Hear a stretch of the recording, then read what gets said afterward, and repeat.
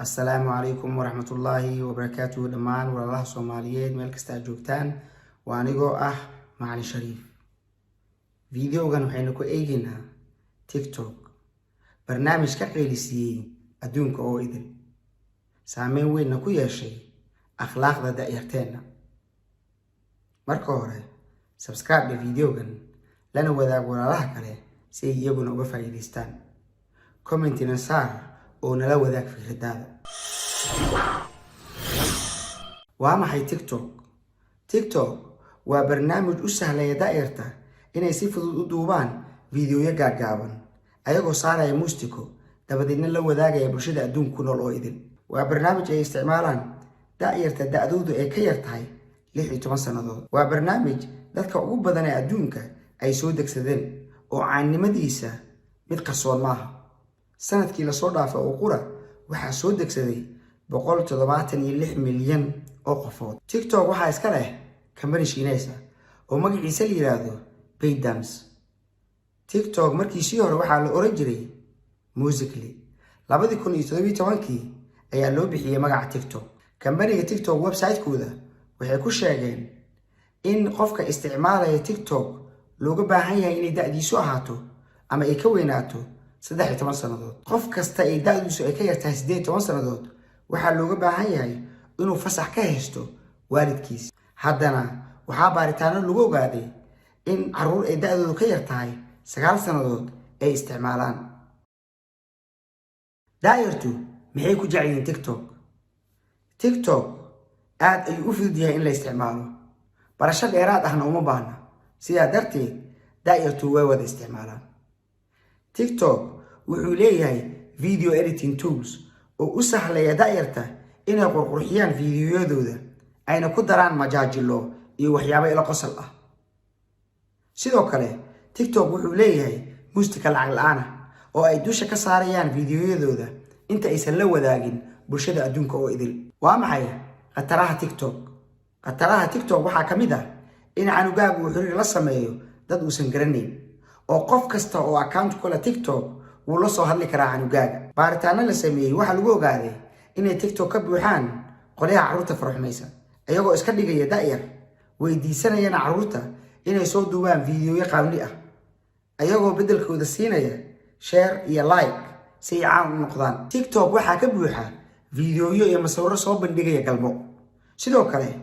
heesaha fiidiyoyada ay dul saarayaan waxaa ka buuxa erayo ka hadlaya galmo iyo darooga la qaato maadaama TikTok uu cusub yahay waxaa laga helay cillado u sahlaya dadka waxaa gareeya inay diraan fariimo ay ku lifaaqan yihiin virus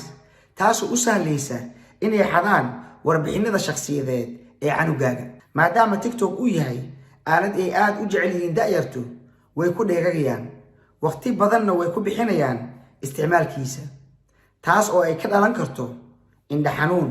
iyo hurdo la'aan isticmaalayaasha TikTok waxay caan ku yihiin inay video ka sameeyaan fiidiyoyada ay u arkaan inaysan u qalmin like waxaa laga yaabaa fiidiyowga canugaaga uu sameeyo in lagu tilmaamo wax qallafsan oo macno darro ah taasoo dhaawacaysa kalsoonidiisa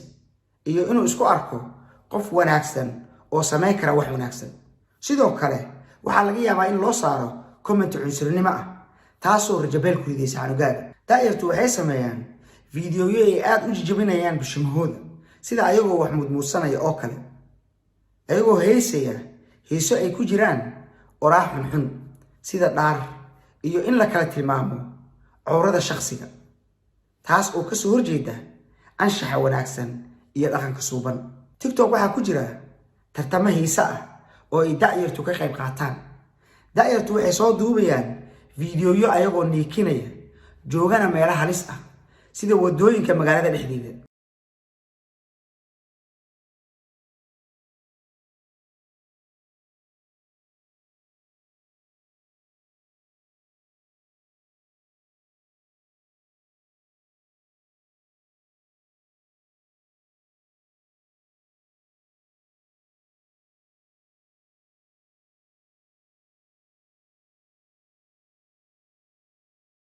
sida lagu yaqaano baraha bulshada guud ahaan waxaa laga yaabaa canugaaga inuu ku mashquulo sidii uu ku heli lahaa like share iyo more followers taas oo u horseedi karta in canugaaga inuu qaato go'aamo qaldan iyo waxyaabo khatar ku ah naftiisa. Da'yarta qaar waxay soo geliyaan noloshooda oo idil, taas oo u horseedi karta canugaaga inuu la wadaago adduunka oo idil tilmaamihiisa khaaska ah sida iskoolkiisa, magaciisa iyo halka uu ku nool yahay. Canugaaga marka uu ka qayb qaadanayo tartamada wuxuu isticmaalayaa hashtag, taas oo u sahlaysa dadka kale inay si fudud ku raadiyaan waxa uu internetka geliyay. Dhibka ka soo gaari kara canugaaga waxay tahay hadhow markuu is yiraahdo shaqo raadso, kambani kasta wuxuu heli karaa si fudud wax kasta oo canugaaga internetka geli jira oo dhan. TikTok ma xaaraan ba? Culimada qaar waxay yiraahdeen TikTok waa xaaraan iyagoo ku saleynaya saddexda tiir ee TikTok uu ku dhisan yahay: dancing, acting iyo music. Waxay yiraahdeen TikTok wuxuu dhiirigeliyaa da'yarta inay heesaan ayna qoob ka ciyaaraan, taas oo ay dheer tahay asturnaan la'aan ayadoo laga daawanayo dunida dacaladeeda. Ma jiraan wadamo laga mamnuucay TikTok khatarahan dartood. July 2018 TikTok waxaa laga mamnuucay waddanka Indonesia kadib markii dowladda ay ogaatay in walxaha ku jira TikTok ay khatar ku tahay anshaxa da'yartooda. I have only two requests to them. Number one, clean up existing negative content. And second, we have to get some sort of assurance for the futures there won't be any negative content anymore. Sidoo kale, TikTok waxaa laga mamnuucay waddanka Hindiya kadib markii wiil yar uu ku dhaftay xabad saaxiibkiis oo 19 jir ah ayagoo iska duubaya TikTok video. Janaayo 2019 ciidamada Mareykanka waxay mamnuuceen TikTok. Sidoo kale, kambaniyaal badan oo Mareykan ah waxay u sheegeen shaqaalahooda inay ka tirtiraan TikTok mobiladooda.